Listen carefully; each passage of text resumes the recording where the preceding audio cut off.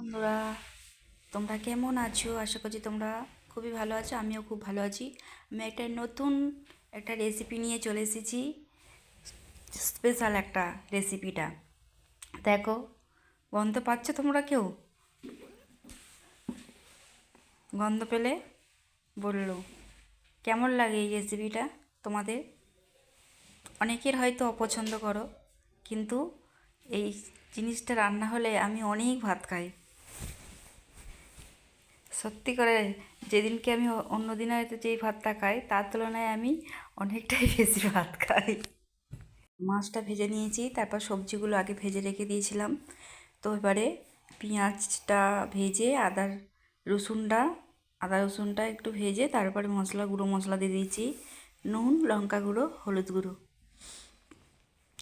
এটা ভালো করে কষিয়ে নেব। কষিয়ে নিয়ে তারপরে আমি সবজিগুলো তুলব।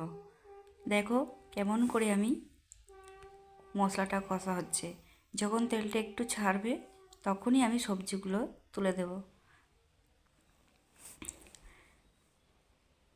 অনেকে বাড়ির আমার বর তো মাছ খায় না, কিন্তু সবজি খাবে। মাছ অতটা আমারও ভালো লাগে না, কিন্তু এই জন্য মাছটা অল্পই দিয়েছি, যাতে টেস্ট হয়ে যাবে, তরকারিটা টেস্ট হয়ে যাবে, সেই কারণে মাছটা অল্পই দেওয়া আছে। দেখো কি সুন্দর কালারটা এসেছে। তোমরা কে কে খাও একটু কমেন্ট করে জানিও। এই যে সবজির মধ্যে সিম দিয়েছি, আলু দিয়েছি, বেগুন দিয়েছি, আর দিয়েছি পুঁই মাছটি। পুঁই মাছটি বলে তো এটাকে। দেখো ভালো করে সবজিটার মধ্যে মাখিয়ে নেব। নেওয়ার পরে তারপরে মাছটা তুলে দেব। মাছটা তুলে দেওয়ার পরে তারপরে বেশি জল দেবো না, অল্পই জল দেবো। দিয়ে চাপা দিয়ে দিলেই এমনিই জল বেরিয়ে যাবে।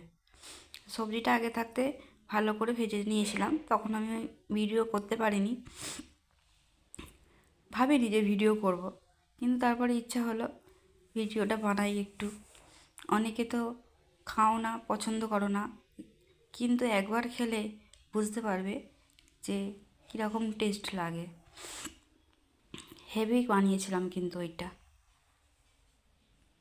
অন্য সময় আলু দিয়ে, বেগুন দিয়ে, পেঁয়াজ দিয়ে ঝাল হয়, এইটা পুঁই মাছ দিয়ে হচ্ছে। এটা দিয়েও কিন্তু খুব ভালো লাগে খেতে। ভালো লাগলে একটু কমেন্ট করে দিও, শেয়ার করে দিও, আর একটু যেটা করো সবার ভিডিওতে সেটাই।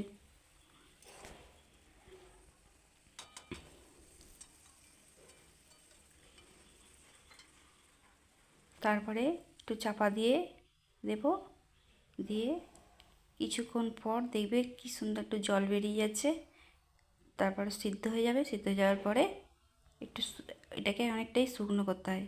এটা হচ্ছে কড়াই শাক ভাজা। কড়াই শাক আমি কুটতে পারিনি, কিন্তু যা এক করে কুটেছি। আমার ঠাকুমা কিন্তু খুব ভালো শাক কুচেত, কড়াই শাক মিহি মিহি করে, আর সব পাড়ার দিয়ে যেত কোটানোর জন্য।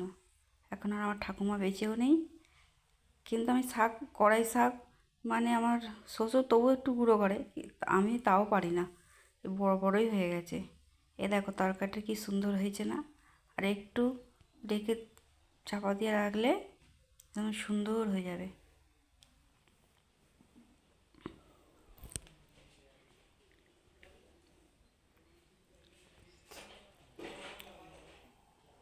ভালো লাগলে একটু কমেন্ট করে দিও, শেয়ার করে দিও।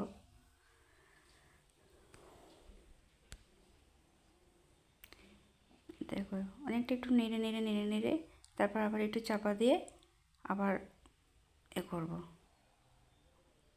আলুগুলো একটু গোটা গোটা আছে না, একটু আলুগুলো আরও হয়ে যাবে, নরম হলে তাহলে ভালো হবে, তরকারিটা মাখা মাখা হবে।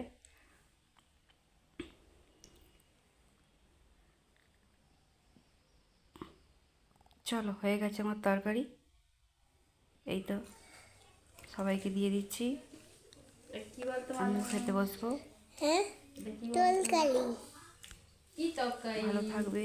ছোট মাছের তরকারি, ছোট মাছের তরকারি মাছের তরকারি হেভি টেস্ট হয়েছে। শুকনো তরকারি খেলি না তো? খাবার লাগে না, আমার ঝাল লাগে।